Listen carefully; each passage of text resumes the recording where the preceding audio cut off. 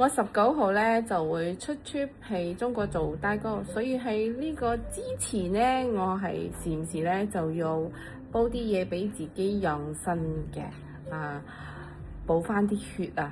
因為之前咧就時唔時踎低起身見頭暈啦，有煲啲我媽媽有煲啲馬油俾我啦，咁我自己喺鋪頭咧就有煲啲嗰啲養氣活血嘅嗰個養生茶俾自己啦。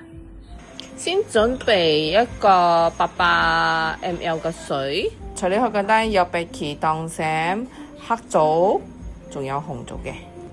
將所有嘅材料倒落去之後呢，我就蒸煮一個90分鐘啦，等佢慢慢滾啦。而家啱啱好翻到嚟呢，好咗可以飲啦。Cheers！